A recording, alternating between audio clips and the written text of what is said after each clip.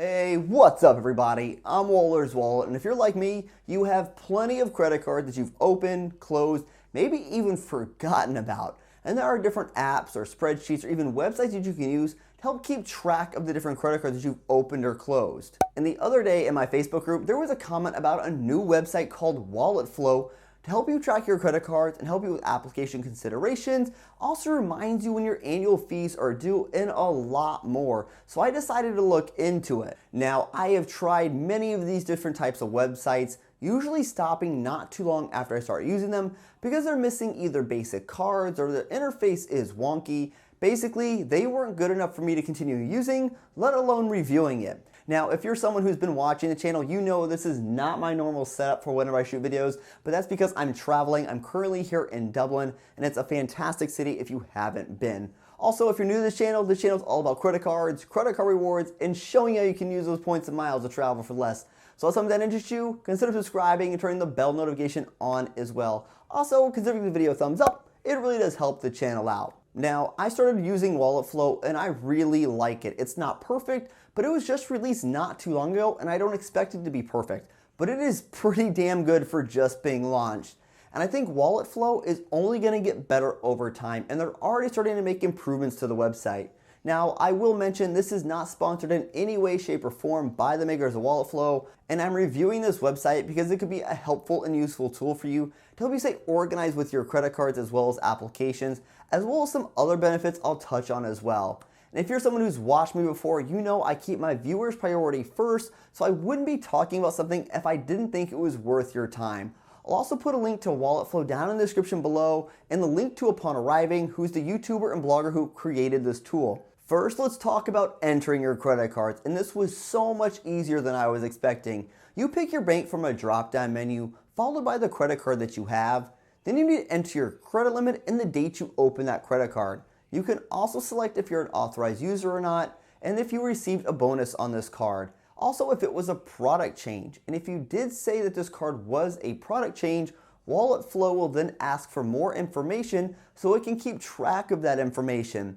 And you can keep updating this as well, which I think is great for organization. Then you're also going to be able to keep track of when you could be eligible for certain bonuses again, even if you did product change that card. Then you'll be able to select your sign-up bonus time frame requirement, such as 3 months, 4 months, or even more depending on the card that you opened. And if by chance you have a card from a bank that isn't listed in their database, that's okay. You can just select other and enter that information in.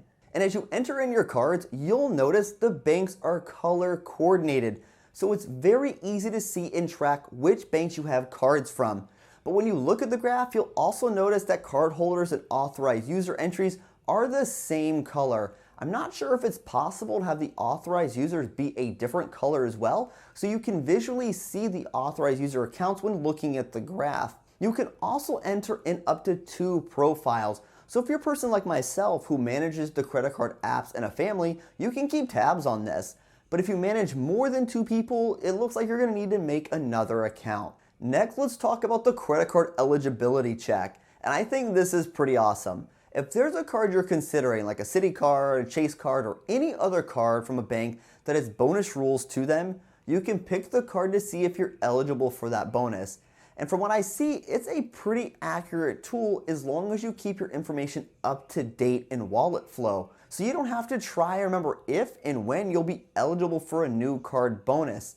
You can even get notifications when you're eligible to apply for a card and receive that bonus again. Now let's take a look at the tracking of applications, and I think this is pretty useful for people because if there's a card on your wish list, you can add this to your future applications. And if there's a reason you aren't eligible for that card, for example, maybe you're over 524 until a certain date, or maybe you're falling into Citi's 1 for 8 or 265 rule, you can be notified when you're eligible for that card. Then when you apply for a credit card, if you're not instantly approved, you can put that card into pending applications, or if you're rejected, into rejected applications, so you can keep tabs on that information, which is great. Although if you were denied for a card, it doesn't look like you can add a reason why you're rejected, which I think could be useful for people. And if it's in pending status, you can update it when you're updated on the application by moving it into your wallet, or if it's been rejected, you can move it to rejected applications with just a click. Then taking a look at point earnings. When you pop over to the points section, it breaks down so many different categories for spending, and honestly, it does look a little bit busy, but you could also consider it very thorough. Now, when you look at the points, it gives you the point earnings as well as the associated percentages for those point earnings. And this is nice to see, but people do value points differently, so it would be great to be able to adjust these values to our individual point values. I also did notice Chase cards are given a value of more than 1 cent per point if you don't even have a premium card listed, and this could be confusing for some people. Then for people like myself, it would be great if we could add our preferred reward status with Bank of America. It currently doesn't allow this, and that would change the point values for people as well. And the point earning tab gives you all the cards that earn in a particular category.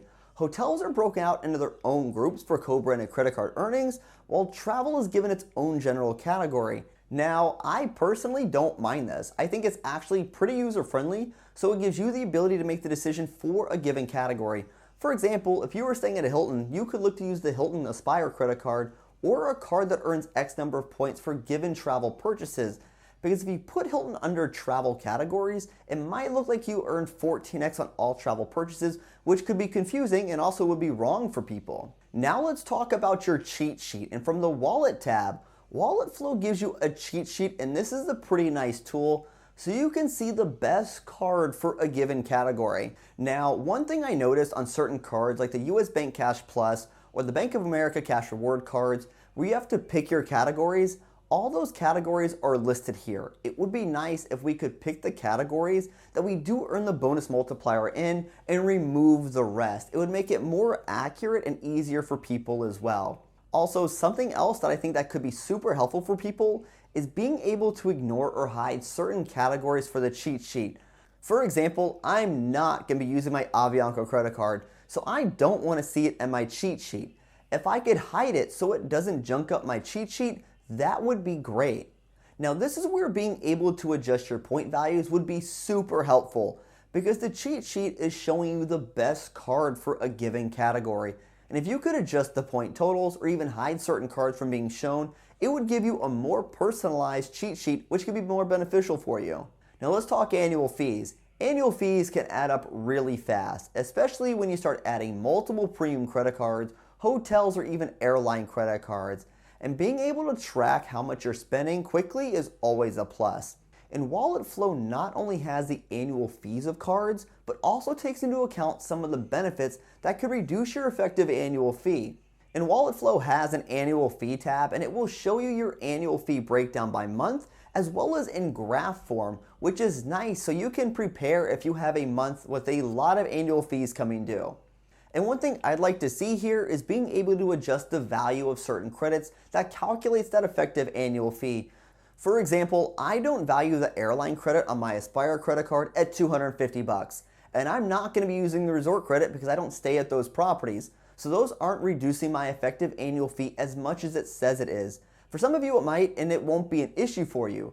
But by adding the flexibility to adjust the values of this gives a more personalized experience and a more accurate effective annual fee calculation. And there was one thing I noticed that can skew things if you have two profiles.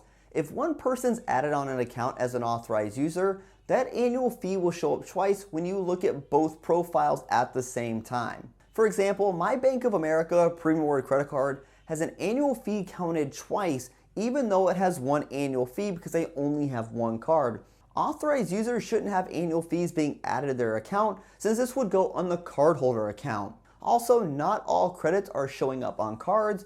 For example, my Premium Reward card doesn't have that airline credit tied to it, so being able to manually add benefits would be great. And Walletflo is a very new product, and overall, I'm pretty impressed with Walletflo. It's not perfect, and there are some things I'd like to see changed, updated, and improved on, but I believe most of these are minor or could be fixed pretty quickly. These aren't fundamental flaws with the product. And if it's this good when it was launched, I'm sure it's only going to get better as they get feedback and potentially add more features as well. So if you're someone looking for a website to help you manage your credit card applications and keep you organized, then I definitely would give Walletflo a look. So tell me, do you use anything to manage your credit cards? Hey everyone, thanks for tuning in this video. If you want to help support the channel, a simple way would be links on the website or in the description below. And if you know somebody who could benefit from this video, feel free to share it with them. And until next time, safe travels and take care.